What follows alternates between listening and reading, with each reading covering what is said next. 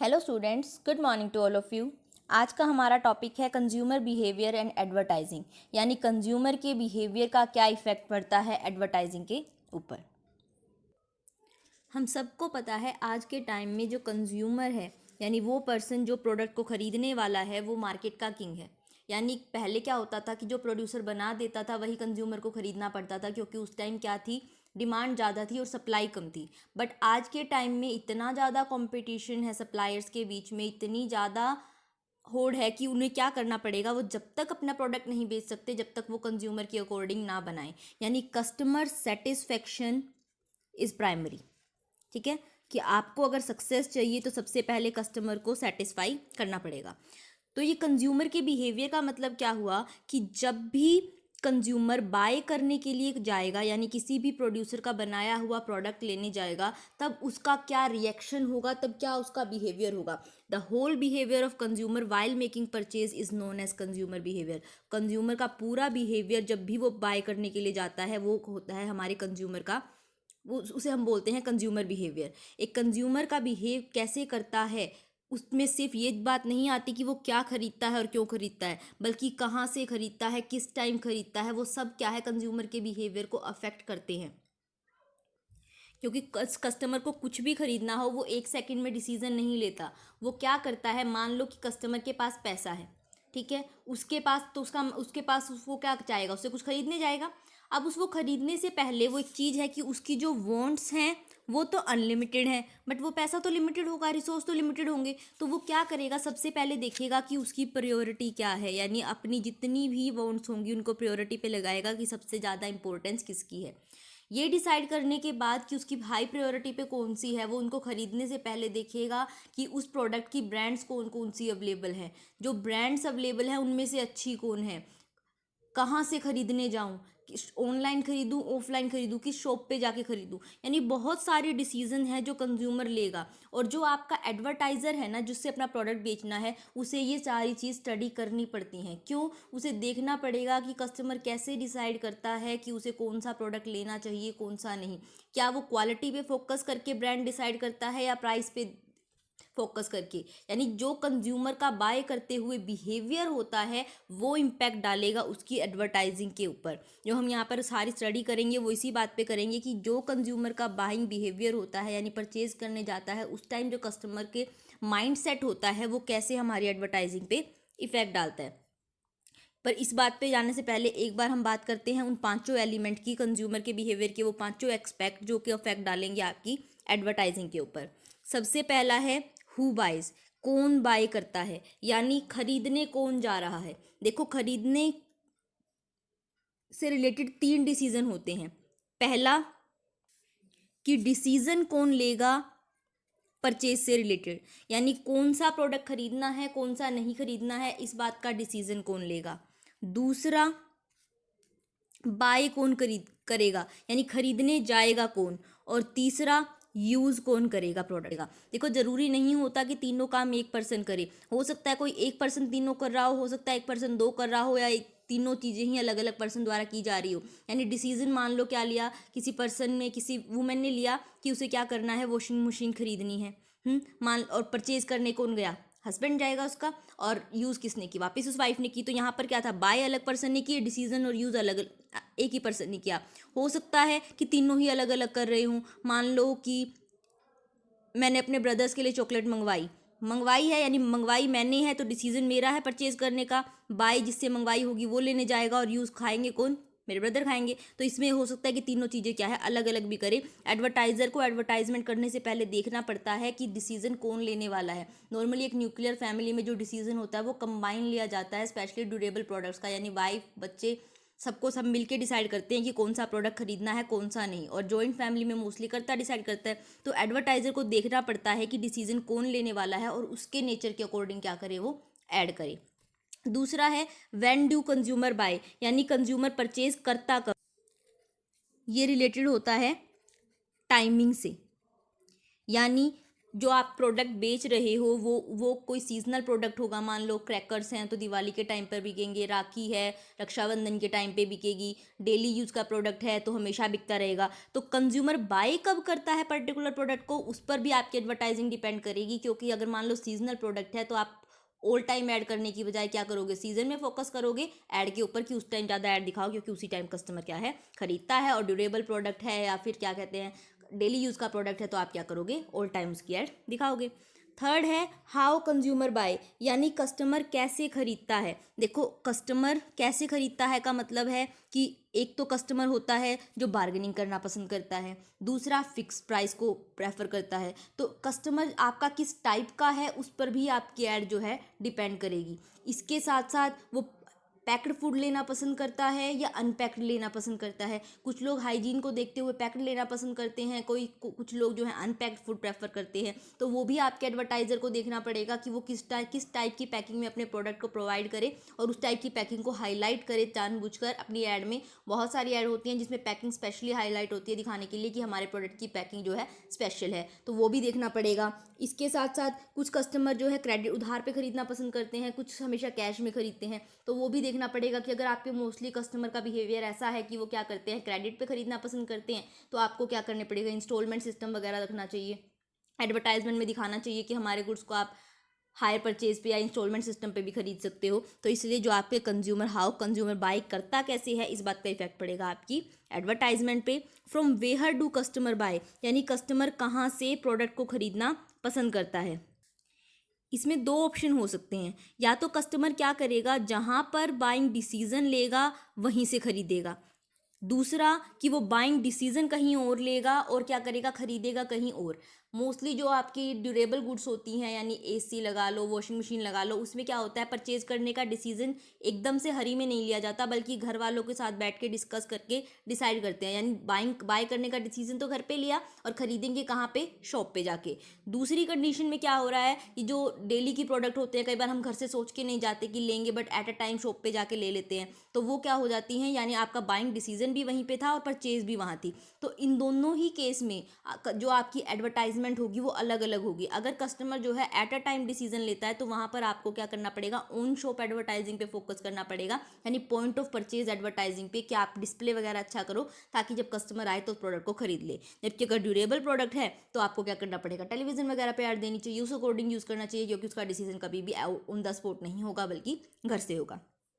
फिर है why do consumer bye, कि कंज्यूमर बाय करता क्यों है, इस बात का इफेक्ट भी पड़ता है एडवर्टाइजमेंट पे, यानी कौन सी वॉन्ट के लिए वो क्या कर रहा है, अपनी वो गुड्स खरीदना चाह रहा है। जो भी प्रोडक्ट आप बेच रहे हो आपको देखना पड़ेगा कि उस प्रोडक्ट को खरीदने के पीछे हमेशा कंज्यूमर का क्या मोटिव होता है, और उसी मोटिव को जब आप हाईलाइट करोगे एडवर्टाइजमेंट में तभी कस्टमर क्या होगा, आपके प्रोडक्ट की तरफ अट्रैक्ट होगा और आपके प्रोडक्ट को खरीदेगा। इसलिए ये जो पांचों चीज़ें हैं, पांचों एक्सपेक्ट है कंज्यूमर बिहेवियर के, वो एडवर्टाइजिंग के ऊपर इफेक्ट डालते हैं। ये पांचों वो एलिमेंट है जो कंज्यूमर के बिहेवियर को बनाते हैं और अल्टीमेटली आपके एडवर्टाइजमेंट को इफेक्ट करते ही करते हैं। नेक्स्ट टॉपिक है हमारा फैक्टर्स अफेक्टिंग कंज्यूमर बिहेवियर, यानी कौन कौन से फैक्टर्स हैं जो कंज्यूमर के बिहेवियर को अफेक्ट करेंगे। हमने बात की कंज्यूमर का बिहेवियर एडवर्टाइजिंग को इफेक्ट करेगा, अब हम बात कर रहे हैं कि कौन कौन से फैक्टर हैं जो इस कंज्यूमर के बिहेवियर को अफेक्ट करते हैं। सबसे पहले हैं इकोनॉमिक फैक्टर्स, यानी पैसे से जुड़े कौन कौन से ऐसे फैक्टर्स हैं जो अफेक्ट करेंगे हमारे कंज्यूमर के बिहेवियर को। सबसे पहला है आपका पर्सनल इनकम, यानी एक इंडिविजुअल की खुद की इनकम कितनी है इस बात पे इफेक्ट डालेगी उसके बिहेवियर पे। अगर उसकी इनकम ज़्यादा होगी तो वो क्या करेगा, स्टेटस वगैरह की चीज़ें ज़्यादा खरीदेगा, लग्जीरियस गुड खरीदेगा। अगर उसकी इनकम कम होगी तो वो सिर्फ नेसेसिटी की गुड्स खरीदेगा, लग्जरी प्रोडक्ट नहीं खरीदेगा। हाई इनकम वाले प्राइस कॉन्शियस कम होते हैं, वो क्वालिटी कॉन्शियस होते हैं, और कम इनकम वाले प्राइस कॉन्शियस ज़्यादा होते हैं as compare to quality.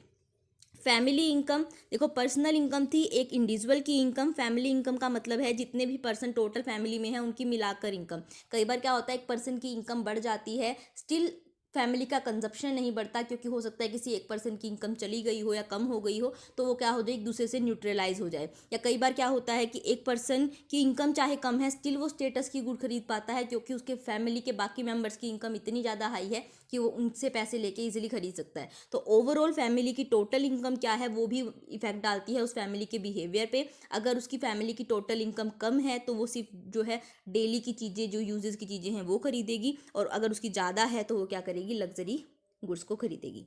Expected income यानी फ्यूचर में आप कितनी इनकम एक्सपेक्ट कर रहे हो अपनी। अगर आपको लगता है कि फ्यूचर में आपकी इनकम बढ़ने वाली है तो आप क्या करोगे, करंट में सेविंग कम करोगे और कंजप्शन ज़्यादा करोगे, यानी ज़्यादा चीज़ें खरीदोगे। और अगर आपको लग रहा है फ्यूचर में आपकी इनकम कम हो सकती है, मान लो आपकी नौकरी जा सकती है आपकी, तो आप क्या करोगे, उस टाइम पर अब स्पेंड कम करोगे और क्या करोगे, सेविंग ज़्यादा करोगे। फिर है डिस्क्रिशनरी इनकम। डिस्क्रिशनरी इनकम का मतलब होता है वो इनकम जो कस्टमर के पास डिस्पोज के लिए करने के लिए होती है, यानी टैक्स वगैरह डिडक्शन देने के बाद जो इनकम उसके यूज़ के लिए बचती है उसे डिस्क्रिशनरी इनकम कहते हैं। तो जितनी ज़्यादा ये डिस्क्रिशनरी इनकम हाई होगी उतना ज़्यादा कस्टमर क्या है, ज़्यादा परचेज करेगा, और जितनी ये कम होगी उतनी ज़्यादा क्या है, उतनी कम क्या है, वो परचेज करेगा। इसके बाद है लिक्विड असेट विद कंज्यूमर। देखो लिक्विड असेट होती हैं नियर कैश या फिर नियर कैश असेट, यानी कैश और या फिर वो सारी असेट जिनको बहुत जल्दी कैश में कन्वर्ट किया जा सकता है, वो शॉर्ट टाइम में, वो लिक्विड असेट हैं। जितनी ज़्यादा कस्टमर के पास लिक्विड असेट होंगी उतना ज़्यादा वो परचेज करेगा, और उसके पास कम लिक्विड असेट होंगी यानी कैश और कैश इक्विवेलेंट कम होंगे तो वो क्या करेगा, करंट में परचेज कम करेगा, सिर्फ जो है डेली की गुड्स को खरीदना प्रेफर करेगा। डिस्पोजेबल इनकम, ओके मैं थोड़ी मिस्टेक कर दी, जो मैं ये बताई थी ये होती है डिस्पोजेबल इनकम, यानी टैक्स वगैरह देने के बाद जो इनकम बचती है वो डिस्पोजेबल इनकम होती है। डिस्क्रिशनरी इनकम का मतलब होता है वो इनकम जो आपकी नेसेसिटी की गुड्स को खरीदने के बाद बचती है। यानी एक तो होता है कि हम लोग जो कुछ चीज़ें तो होती है हमारे ज़रूरत की, यानी फूड शेल्टर, और दूसरी होती है जो हम अपने स्टैंडर्ड के लिए खरीदते हैं। तो जो इनकम आपकी डेली नीड, जो ज़रूरत की चीज़ें हैं उनको खरीदने के बाद बचती है, उसे डिस्क्रिशनरी इनकम कहते हैं। रिलेशन वही होगा, जितनी ज़्यादा डिस्क्रिशनरी इनकम होगी उतनी ज़्यादा आप जो है परचेज ज़्यादा करोगे किसकी, स्टाइलिश लग्जीरियस प्रोडक्ट की, और अदरवाइज़ क्या है, अगर कम होगी तो आप कम करोगे। नेक्स्ट है कंज्यूमर क्रेडिट, यानी कंज्यूमर को उधार कितनी जल्दी मिल जाता है। अगर आपको उधार मिल जाता है जल्दी तो आप क्या करोगे, आपकी जो कंजप्शन है वो ज़्यादा होगी, आप ज़्यादा परचेज करोगे, और अगर आपको उधार जल्दी से नहीं मिलता है तो आप कम परचेज करोगे। आज के टाइम में ये चीज़ बहुत ज़्यादा बढ़ गई है क्योंकि मोस्टली हाउस लोन या फिर कार वगैरह पे लोन इजीली मिल जाता है लोन की टर्म्स पे, तो इसकी वजह से इनका कंजप्शन क्या है, बढ़ गया है। उसके बाद है गवर्नमेंट की पॉलिसी। गवर्नमेंट की पॉलिसी भी कंज्यूमर के बिहेवियर पे इफेक्ट डालती है, क्योंकि अगर गवर्नमेंट किसी प्रोडक्ट पे टैक्स बढ़ा देती है तो उसका प्राइस बढ़ जाता है, तो कस्टमर कम खरीदता है, और अगर किसी पर टैक्स घटा देती है तो उसका प्राइस कम हो जाता है, तो वो क्या कर पाता है, ज़्यादा गुड्स परचेज कर पाता है। इसी तरीके से गवर्नमेंट का अगर किसी प्रोडक्ट को बैन कर देती है या अनबैन कर देती है तो उसका भी कंज्यूमर के बिहेवियर पर इफेक्ट पड़ता है। नेक्स्ट है सोशो कल्चर फैक्टर, यानी सोसाइटी और कल्चर से रिलेटेड फैक्टर्स जो अफेक्ट करते हैं कंज्यूमर के बिहेवियर को। सबसे पहले है फैमिली।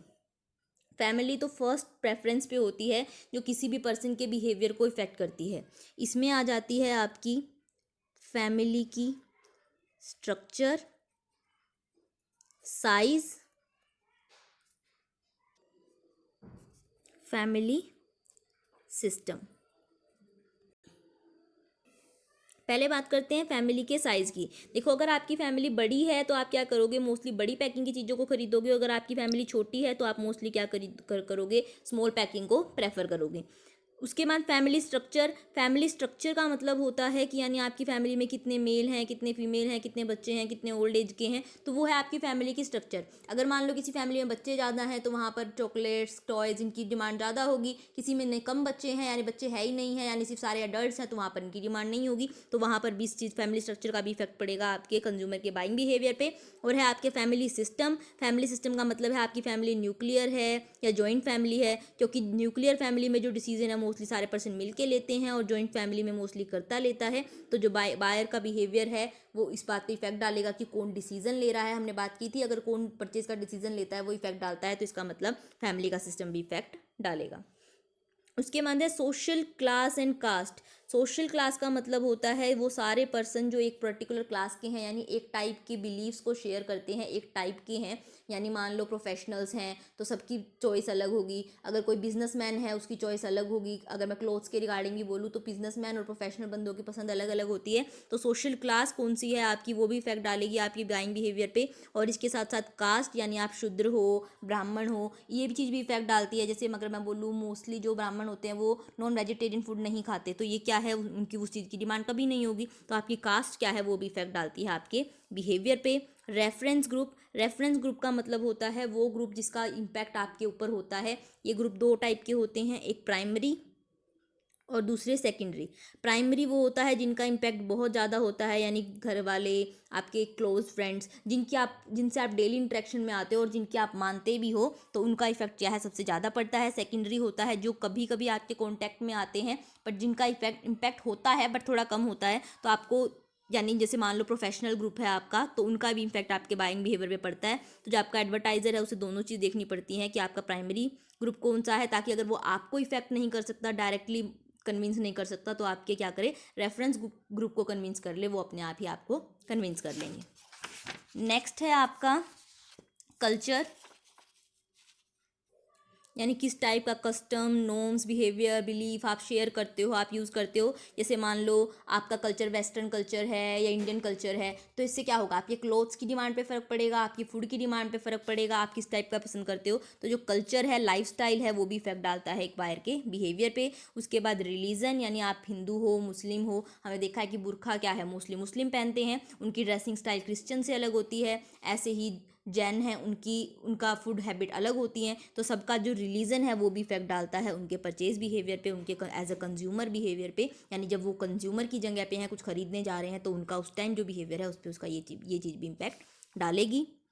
नेक्स्ट हैं आपके साइकोलॉजिकल फैक्टर्स, यानी मनोविज्ञान से संबंधित फैक्टर्स, यानी आपकी जो इंटरनल फैक्टर्स हैं। सबसे पहले हैं इंडिविजुअल नीड्स, यानी इंडिविजुअल की नीड, ज़रूरत क्या है, वो इफेक्ट डालेगी उसके बाइंग बिहेवियर पे। देखो, मास्लो बोलते हैं कि किसी भी पर्सन की नीड जो है हायरार्की में होती है, यानी 5 नीड्स होती हैं, और जब एक सेटिस्फाई होती जाती है उसी के बाद कंज्यूमर दूसरे पे जाता है। सबसे पहली होती है